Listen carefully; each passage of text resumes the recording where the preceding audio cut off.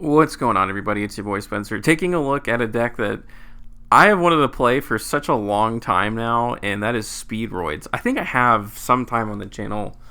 It was definitely like over a year ago, but I just didn't feel satisfied with it, and I didn't really understand the deck, and it's something I've kind of pushed to the side for a long time, but this is kind of what I've come up with.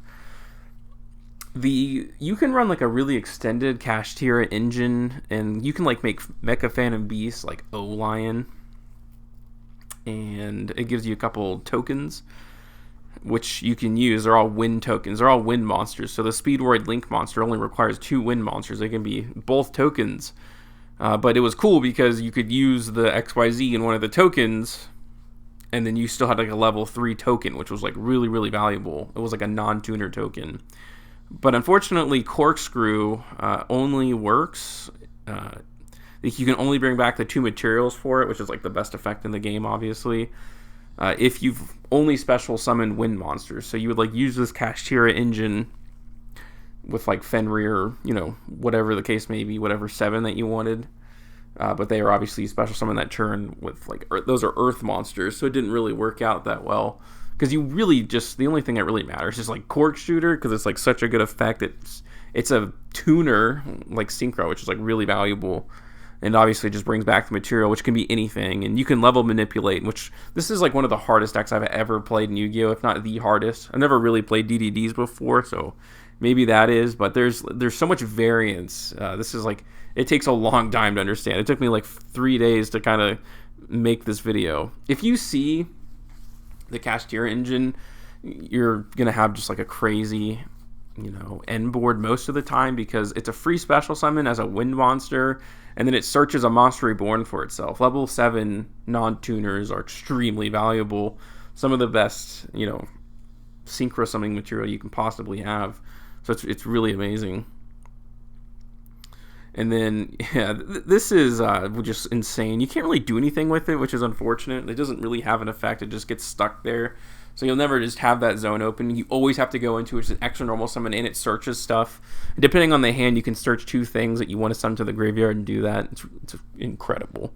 It's really the only reason why the deck works. And this is what I have so far. So I'll showcase the engine here, the end board. And you can do some really unique stuff with some cards that other people use.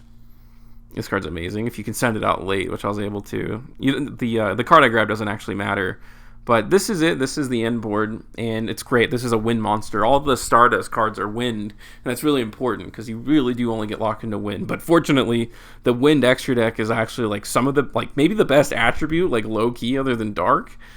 It's truly, truly amazing. This lets you synchro summon during your opponent's turn, which is extremely important. It also replaces itself with Stardust Dragon, which is just kind of cool. But if you can just like make, and this is like one of the best decks ever to use this, and I'll showcase it here.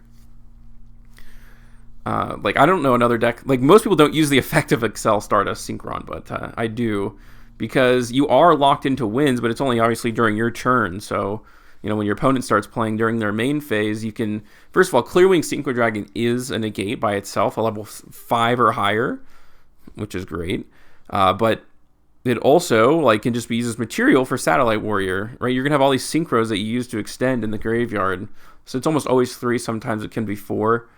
And that's it, like that was Crystal Wing, which is a monster negate, it's an Omni negate. Stardust Dragon's kind of cool. Like sometimes your opponent needs to destroy their own cards, or they may just, try to destroy yours. It's still Stardust Dragon.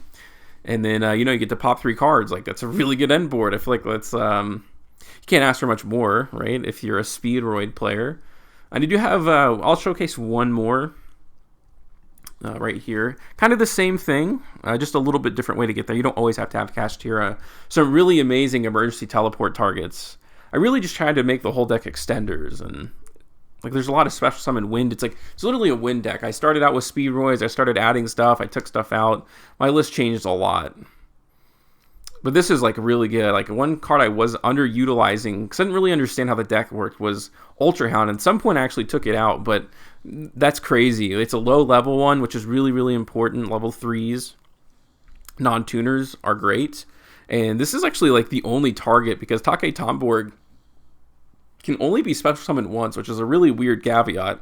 Can't bring it back, you know? You would think you'd only be able to use the effects to, like, tribute to bring something else, but and that's not really how it works. But, you know, if you have 3 on the board, it's a great time to go into this. It's a level 4 tuner, which is very unique. That can come in handy. And if you see Monster Reborn, it's the same. It's almost the same thing as seeing, like, Kashtira, Unicorn in your hand. They're kind of the same. They play, like, sort of the same purpose. It's kind of hard to explain, but being able to just, like, bring anything back is crazy, because a lot of the times you can use these to synchro summon.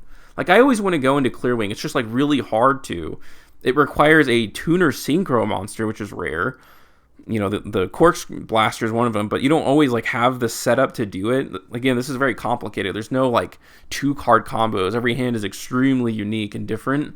So it's like, I can't really give you a step-by-step on how to do this, but almost never Corkscrew can be used for this. But luckily you have things, you know, like, I think I used it here. Yeah, the Metal Marcher, so good, right? It's a win, very random, but it just brings back so much material, which is fantastic. So when you do that early on, normally you can go into Clearwing. It's really great. Or it's a spell and trap negate every turn. It's like unaffected by card effects. It gains attack. It's like really a decent card. Sometimes you can't do it.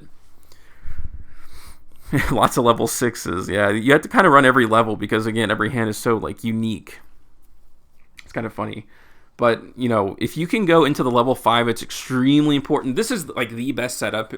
Like, if you reach this point where you have red-eye dice and you have this out and you can turn it into a level 2, you're gonna, like, that's the best place to be. You should always be working towards that. No matter what your hand is, that should definitely be the goal. Because then I can go into Cork and those would bring those 2 back, which is level 5. And this obviously also level manipulates. It's wild. You really have to do some really crazy stuff. This brings this back. I can go into Crystal Wing. And then earlier in the turn, right, this is why Monster Reborn is so good.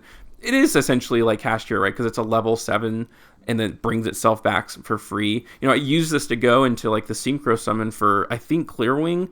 And now here it is. It's a monster negate. But again, I have Accel Stardust Dragon. So when my opponent commits to the board, or this is a computer, obviously, but, you know, theoretically, your opponent's going to have 3 cards. That goes into Stardust, Satellite, and just pop them. And then you can use the negates as you want. And this is, you know, a monster negate return and a spell negate return. It's not like Baron, where it's kind of expended like these other things. They're also big monsters, too. So obviously your opponent just is going to die the next turn if they don't stop you.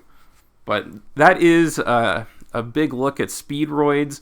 Let me just guys think about these comments in the comment section down below. Other than that's going to do it for today's video, and I'll see you guys next time.